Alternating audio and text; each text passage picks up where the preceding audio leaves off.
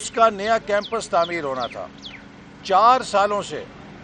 عمران حکومت نے گوادر یونیورسٹی کی تعمیر کو بھی وہی سلوک کیا جو میٹرو اسلام آباد کے منصوبے کے ساتھ کیا تھا۔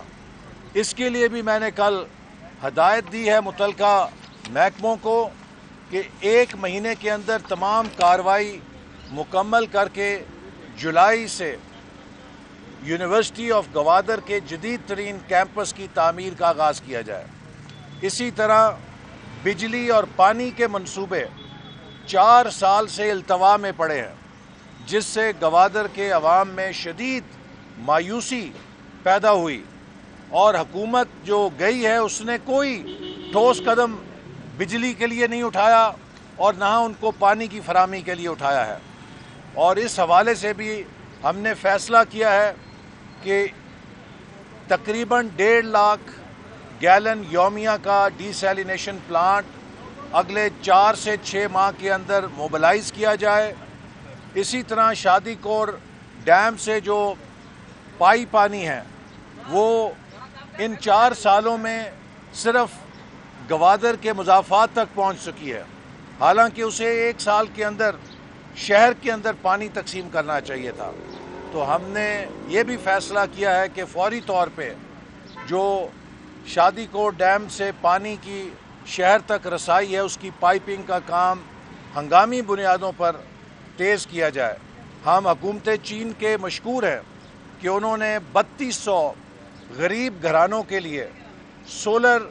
توانائی کے یونٹ فراہم کیے ہیں، جس سے وہاں کے غریب گھرانوں میں بجلی کے مسئلے کو حل کرنے میں مدد ملے گی۔ یہ ایک چھوٹی سی آپ کو میں نے جھلک دکھائی ہے کہ انہوں نے جہاں پر بھی ہاتھ ڈالا ہے تباہی کی ہے۔ عمران نیازی کی حکومت کا جس شعبے پہ سایہ پڑا وہ تباہ و برباد ہو گیا، اور اب عمران نیازی صاحب ایسے تقریریں فرما رہے ہیں کہ جیسے سیاست میں کوئی نیا نویلا دلہا وارد ہوا ہے۔ یہ تو ایک پروفیشنل دلہا ہے جو ہر شادی میں ناکام ہوتا ہے، اور حکومت کے ساتھ جو اس کا عقد ہوا تھا اس میں بری طرح ناکام ہوا ہے، اور اس حکومت کے عقد میں جو اس کو سزا ملی ہے، اب یہ قوم کے سامنے کسی نئے رشتے کی تلاش میں اسی طرح نکلا ہے کہ جیسے نیا دلہا پھر قوم کے سامنے آ رہا ہے۔ عمران نیازی کو 4 سالوں کا جواب دینا ہے۔ عمران نیازی صاحب، اگلا الیکشن ترانے چلا کے نہیں جیتو گے،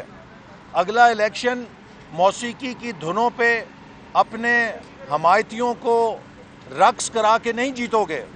اگلے الیکشن میں جواب دینا پڑے گا کہ پاکستان کو دیوالیہ کیوں چھوڑ کر گئے۔ شبر زیدی میرا چیئرمین FBR نہیں تھا، عمران نیازی کے اپنے چیئرمین FBR نے کہا کہ پاکستان دیوالیہ ہو چکا ہے۔ شیخ رشید صاحب فرماتے ہیں ہم اپنے گناہوں کا ملبہ ان پر ڈال کر چلے گئے ہیں۔ اس سے بڑے کیا اعترافیہ بیانات ہو سکتے ہیں کہ پچھلی حکومت نے پاکستان سے، عمران نیازی نے پاکستان سے وہ سلوک کیا ہے جو ایک ضدی بچہ اپنے کھلونے کے ساتھ کرتا ہے۔ وہ کھلونے کو توڑ کے ایک نئے کھلونے کی تلاش میں جسے وہ توڑے نکل پڑتا ہے، اور پیچھے مڑ کے نہیں دیکھتا کہ میں نے کیا نقصان کیا ہے۔ تو عمران نیازی نے بھی پاکستان کو تباہ کیا، برباد کیا، اور اب قوم کو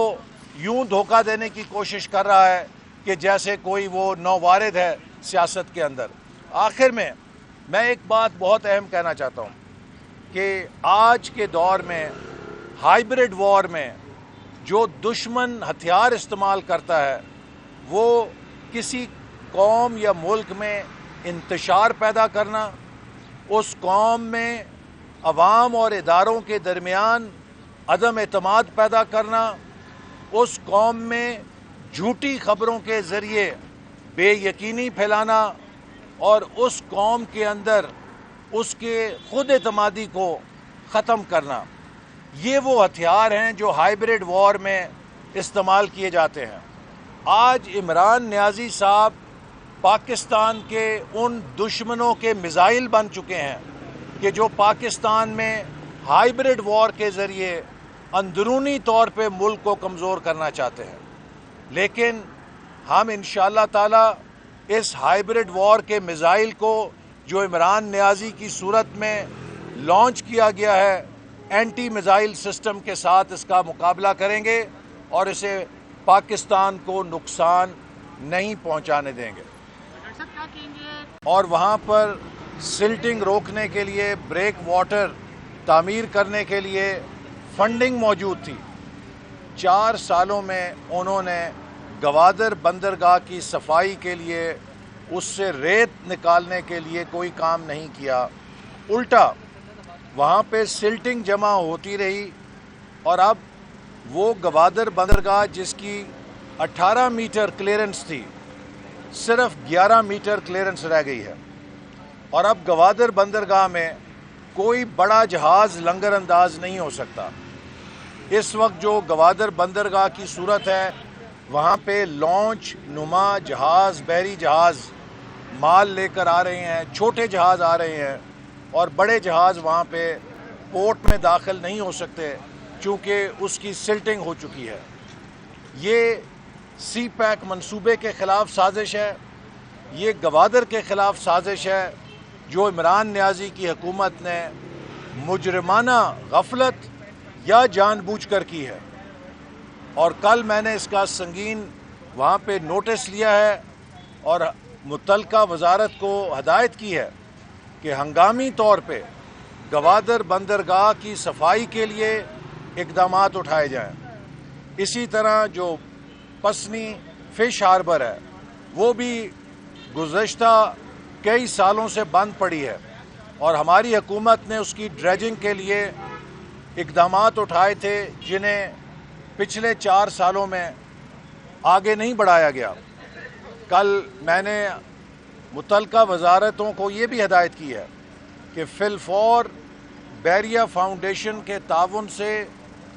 پسنی فش ہاربر کی بحالی کے لیے اقدامات اٹھائے جائیں تاکہ وہاں پر غریب ماہی گیر دوبارہ برسر روزگار ہو سکے۔ سپریم کورٹ آف پاکستان کا بھی فیصلہ آیا ہے سامنے صدارتی لائسنس کے حوالے سے، اس کے بعد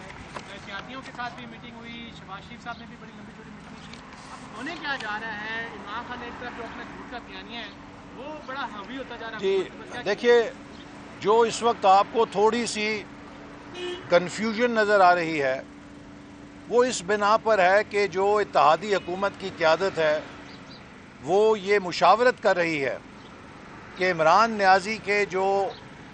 گناہ ہیں، جو ان کی ناکامیاں ہیں، ان کے پہاڑوں کا بوجھ کس حد تک ایک ایسی حکومت جو سال سوا سال کے لیے آئی ہے اسے اٹھانا چاہیے۔ کیا ہمیں اس کے بارے میں قوم کو اعتماد میں لینا چاہیے؟ ہمیں اس سیاسی کاسٹ کو جو عمران خان کی ناکامیوں اور بربادیوں کی ہے برداشت کرنے کے لیے کیسے مؤثر حکمت عملی بنانی چاہیے؟ وزیر اعظم نے اپنی مشاورت مکمل کر لی ہے اور عنقریب وہ قوم کو اعتماد میں لیں گے، اور میں صرف یہ بات ضرور کہنا چاہتا ہوں کہ یہ اتحادی حکومت اپنی ذمہ داریوں سے آگاہ ہے، اور ہم پاکستان کو اس گرداب سے نکالنے کے لیے جو بھی ممکنہ حکمت عملی ہے، جو بھی اقدامات ہیں، اس بات کو پیش نظر رکھتے ہوئے کہ عوام کے اوپر کم سے کم بوجھ پڑے، جو بھی معیشت کو درست کرنے والے فیصلے ہیں وہ ضرور اٹھائیں گے۔ بہت شکریہ۔